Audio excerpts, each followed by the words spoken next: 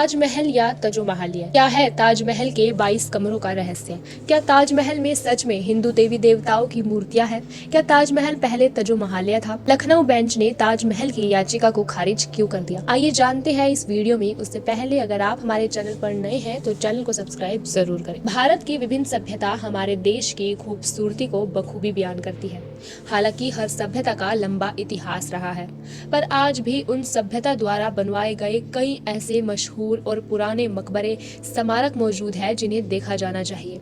वही देश पर कई वर्षों तक राज कर चुके मुगलाकालीन सभ्यता द्वारा बनवाई गई कई इमारतें स्मारकें मकबरे आज भी मौजूद है, जो एक बेहतरीन वास्तुकला और शिल्प कलाओं का नमूना है। इन इमारतों में सबसे मशहूर और खूबसूरत ताजमहल है। इतिहास के अनुसार मुगल सम्राट शाहजहां द्वारा निर्मित यह स्मारक अपनी पत्नी मुमताज महल के लिए बनवाई थी। सफेद संगमरमर से बना यह खूबसूरत मकबरा दुनिया के 7 अजूबों में से एक है। बता दें कि इस शानदार वर्ल्ड हेरिटेज साइट को बनने में लगभग 22 साल लगे थे।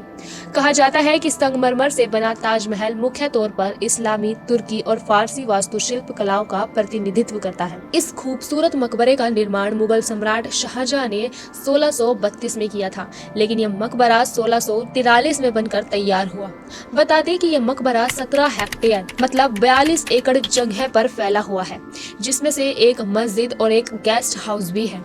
इस महल को बहुत ही खूबसूरती से बनाया गया है। इसके अंदर और नीचे मुमताज महल की कब्र है। मुमताज महल की कब्र के अलावा कई कमरे भी मौजूद हैं, जिनमें से कई कमरे मुगल काल से ही बंद हैं। ताजमहल के फर्श पर बनी 2 सीढ़ियां भी मौजूद हैं, जिनके ऊपर लोहे का जाल बिछाया हुआ है। आपने यकीनन ताजमहल को कई बार देखा होगा, लेकिन ताजमहल का एक हिस्सा ऐसा भी है जो कई सालों से बंद है। जी हाँ, ताजमहल के मुख्य मकबरे और चमेली फर्श के नीचे 22 कमरे हैं, जिसका दीदार अब तक किसी ने नहीं किया है। कई इतिहासकारों के अनुसार ताजमहल के ये कमरे कई दशकों से बंद हैं और इन कमरों को आखिरी बार 1934 में खोला गया था। वहीं इतिहासकार कहते हैं कि 1934 के बाद इन कमरों को केवल निरीक्षण और मरम्मत करने के लिए ही खोला गया है। ताजमहल की पहली मंजिल पर भी कई कमरे बनाए गए हैं, लेकिन इस ओर जाने वाली 2 सीढ़ियां शाहजहां के समय से ही बंद है। इतिहासकारों के अनुसार ताजमहल की दीवारों को नुकसान से बचाने के लिए बेसमेंट को बंद कर दिया गया है, क्योंकि कहा जा रहा है कि ताजमहल के बेसमेंट में जो कमरे बने हुए हैं, जिसे मार्बल की सहायता से बनाया गया है, इन कमरों को बंद करने के पीछे कई रिसर्च के अनुसार यह दावा किया गया है कि जब बेसमेंट में कार्बन डाइऑक्साइड की मात्रा बढ़ जाती है तो वो कैल्शियम कार्बोनेट में बदल सकती है। कार्बन डाइऑक्साइड ताजमहल की दीवारों या मार्बल्स को नुकसान पहुंचाने का काम करता है, क्योंकि ये मार्बल्स को पाउडर बना देता है। इसीलिए इन कमरों को लोगों के लिए बंद कर दिया गया है। लेकिन भारतीय पुरातत्व विभाग के अनुसार इन कमरों को रख रखाव के लिए खोला जाता है।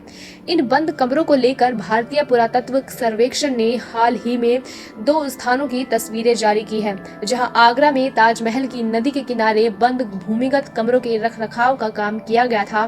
साथ ही ASI के एक वरिष्ठ अधिकारी ने इसको लेकर यह भी कहा है कि न केवल ताजमहल बल्कि भारत में मौजूद विरासत मूल्य वाले सभी संरक्षित स्थलों पर भी इस तरह के संरक्षण कार्य किए जाते हैं।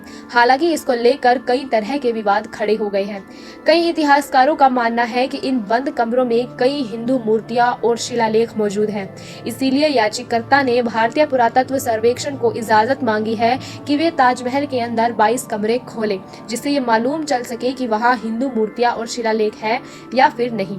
लेकिन इलाहाबाद हाई कोर्ट की लखनऊ बेंच ने इन 22 कमरों को खोलने की मांग वाली जनहित याचिका को खारिज कर दिया है।